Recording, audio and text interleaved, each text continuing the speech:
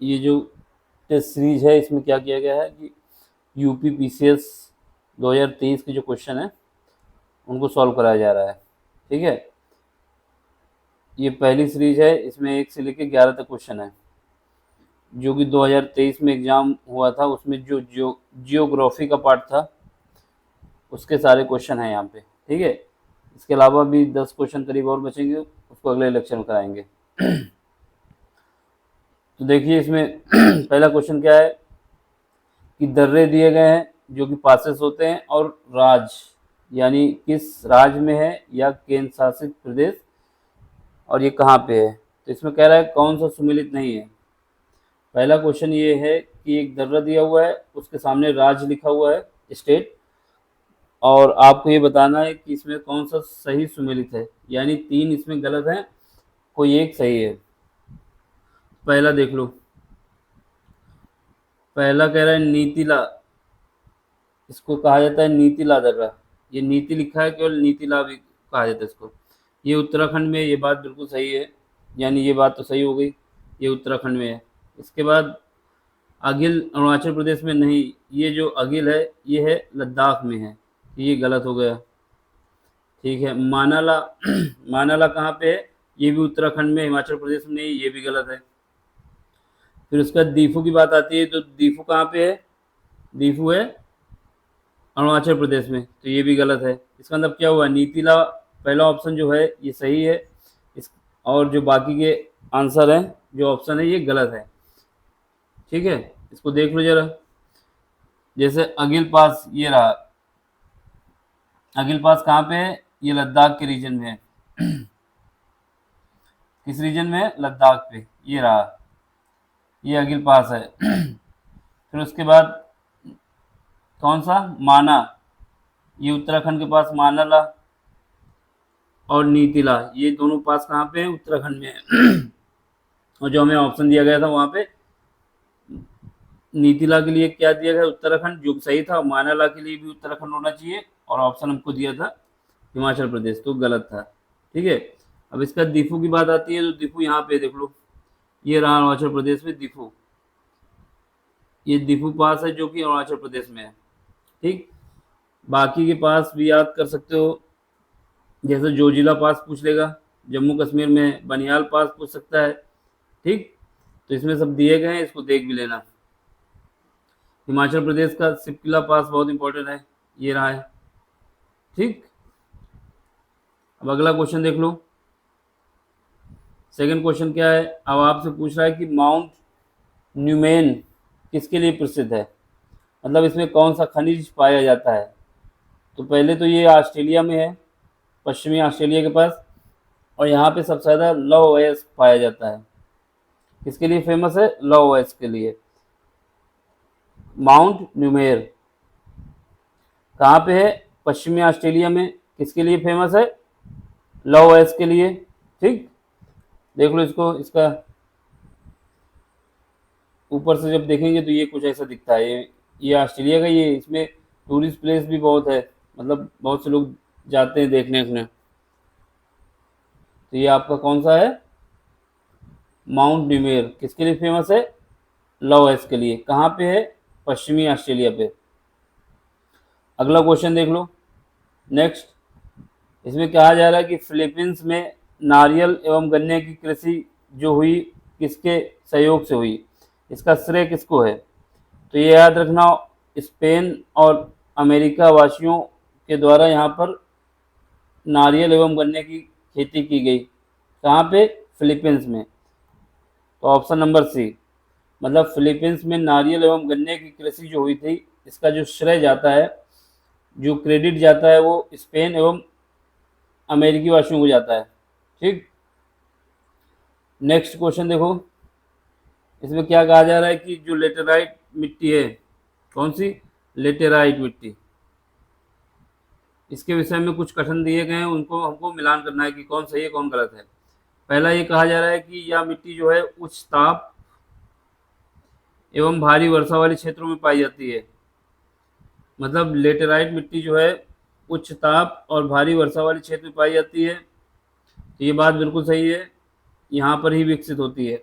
अब इसके बाद ये कह रहा है कि इसमें लौह अयस्क एवं एल्युमिनियम की कमी पाई जाती है। नहीं, ये बात गलत है, इसमें कमी नहीं पाई जाती है। लेटराइट मिट्टी है जिसमें लौह अयस्क एवं एल्युमिनियम की कमी नहीं पाई जाती है, ह्यूमस की कमी पाई जाती है, जो कि इसमें दिया नहीं है। इसका मतलब क्या हुआ, ये ऑप्शन गलत हो गया। कौन सा ऑप्शन सही हुआ, केवल एक। अब देखो यहाँ पे केवल एक कौन सा है, डी ऑप्शन। ठीक, अब इसके बाद क्या है,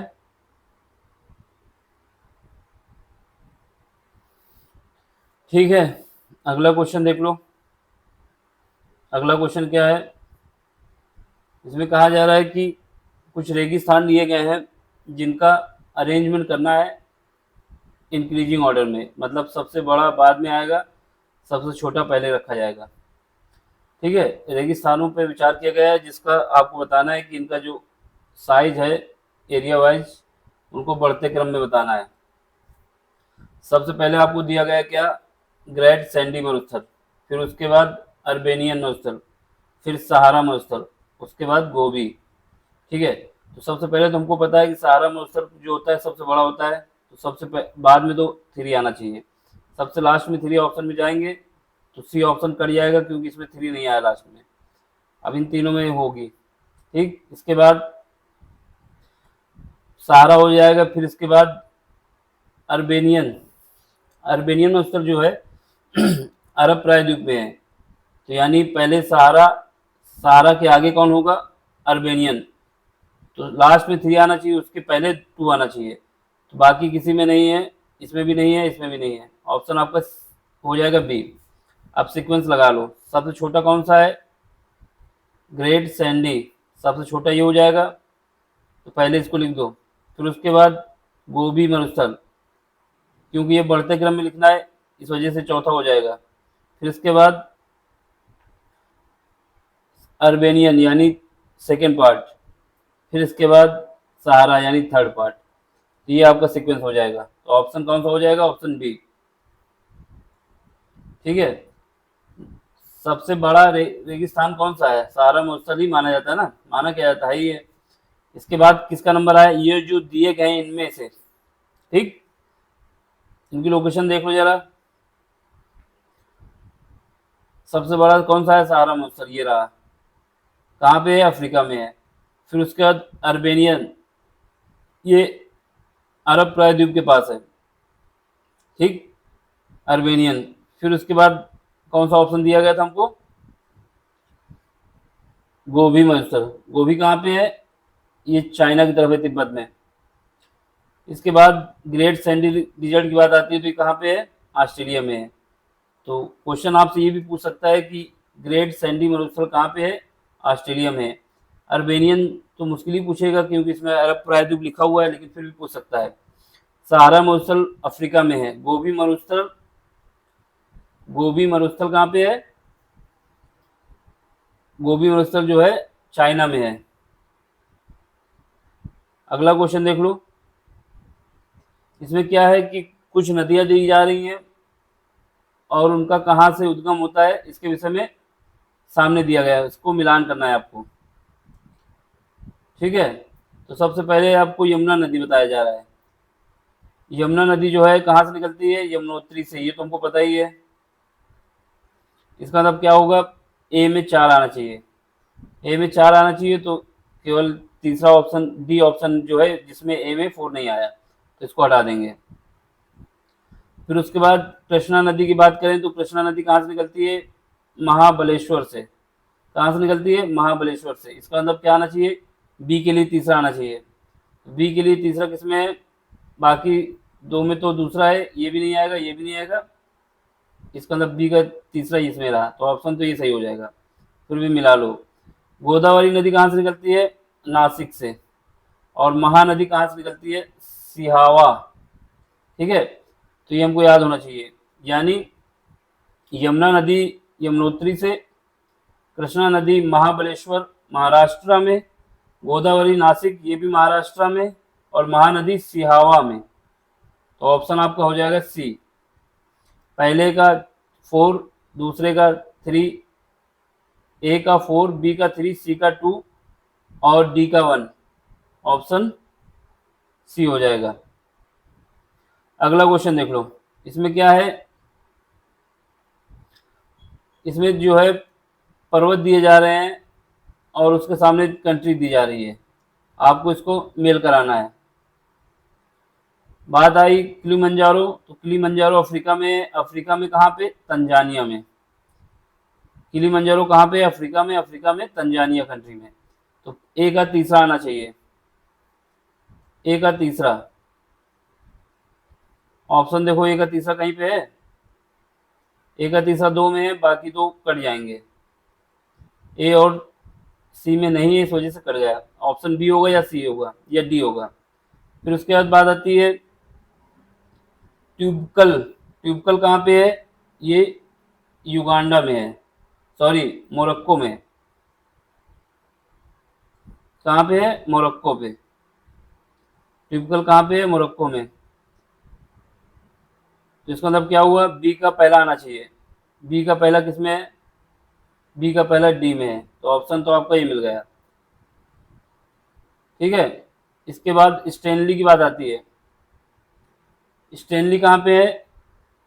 स्टेनली युगांडा में है। हॉगर कहाँ पे है? अल्जीरिया में। फिर तो हमें क्या याद हो गया? किलिमंजारो कहाँ पे है?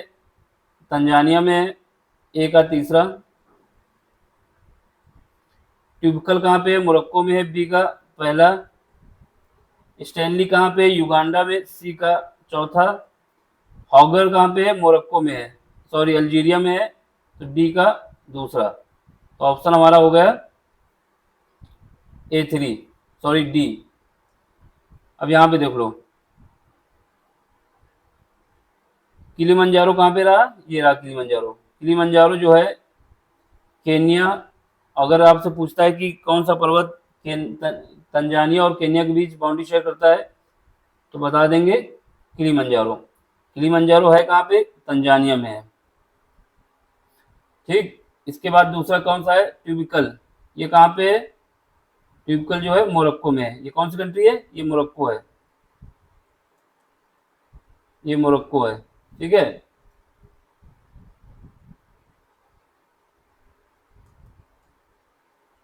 ये मोरक्को कंट्री है।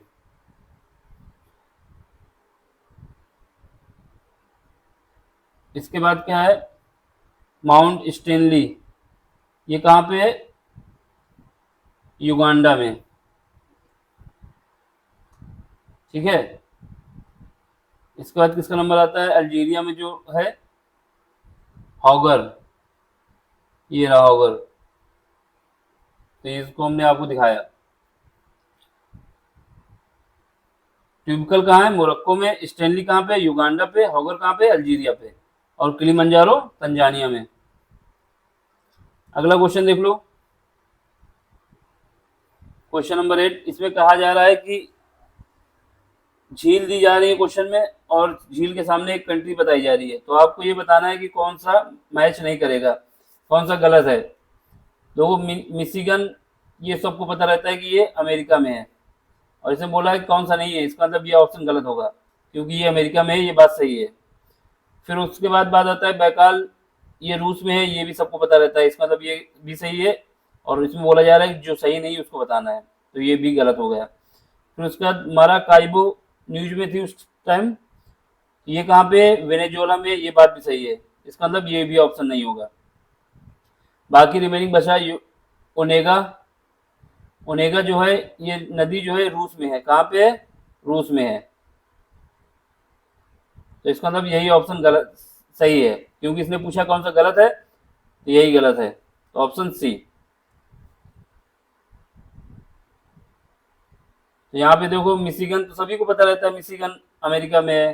कनाडा और अमेरिका, ये पूरी तरीके से अमेरिका में। बाकी जो नदियां हैं वो क्या करती हैं? कनाडा के साथ बाउंड्री शेयर करती हैं, जैसे सुपीरियर, हिरॉन और लेक इरी, लेक ओंटारियो, ये सारी नदियां जो हैं कनाडा के साथ बाउंड्री शेयर करती हैं, लेकिन मिशिगन पूरी तरीके से अमेरिका में है। फिर इसके बाद जो बताया हमने, कौन सी लेक ओनेगा। ओनेगा कहाँ पे है? रशिया में है। अगला क्वेश्चन देख लो। इसमें क्या कहा जा रहा है कि एल नीनो के संदर्भ में आपको कुछ बताया गया है कि इसके विषय में बताना है आपको। पहला पॉइंट भी ये बताया जा रहा है कि एल नीनो में पूर्वी प्रशांत प्रशांत महासागर के पूर्वी प्रशांत क्षेत्र में पेरू के तट पर गर्म धाराओं का प्रकट होना शामिल है। यानी जब एल नीनो आता है तो प्रशांत महासागर के पूर्वी तट पेरू के समीप, प्रशांत महासागर के पूर्वी क्षेत्र जहाँ पर पेरू है, पेरू के समीप क्या होता है, गर्म धाराएं उत्पन्न हो जाती है, प्रकट हो जाती है। ये बात बिल्कुल सही है कि ऐसा होता है। हाँ, जब एल नीनो आता है तो पूर्वी प्रशांत क्षेत्र में पेरू के तट पे गर्म धाराओं का प्रकट होना शामिल है। फिर इसके बाद ये कहा जा रहा है कि यह गर्म धारा पेरू के तट पर पानी के तापमान को 10 डिग्री सेंटीग्रेड तक बढ़ा देती है। ये बात गलत है, बढ़ाती नहीं है। ठीक, जिससे समुद्र में प्लांकटन की मात्रा बढ़ जाती है। पेरू के तट पे नहीं होता बल्कि ऑस्ट्रेलिया की तरफ होता है, पश्चिमी ऑस्ट्रेलिया की तरफ। तो इसका मतलब क्या हुआ, ये गलत है। तो आपका ऑप्शन क्या होगा, केवल एक किसमें है, बी में। अगला क्वेश्चन देख लो, लास्ट है, इसके बाद आगे कराया जाएगा अगले लेक्चर में। ये सारे क्वेश्चन पीसीएस 2023 के जो एग्जाम था उसी में आए थे। ठीक है, अब ये कहा जा रहा है कि आपको क्या नाम है, शिवा समुद्रम या शिव समुद्रम जो है एवं कल्पक्कम,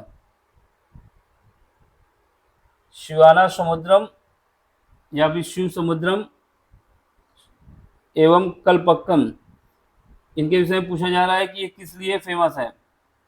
शिवाना समुद्रम कहें या शिव समुद्रम कहें, ये किसके लिए फेमस है, और कल्पक्कम भी। तो ये हम बताएंगे। इसमें क्या हो रहा है कि जल शक्ति एवं नाभिकीय ऊर्जा का विकास करने के लिए इसका यूज किया जा रहा है।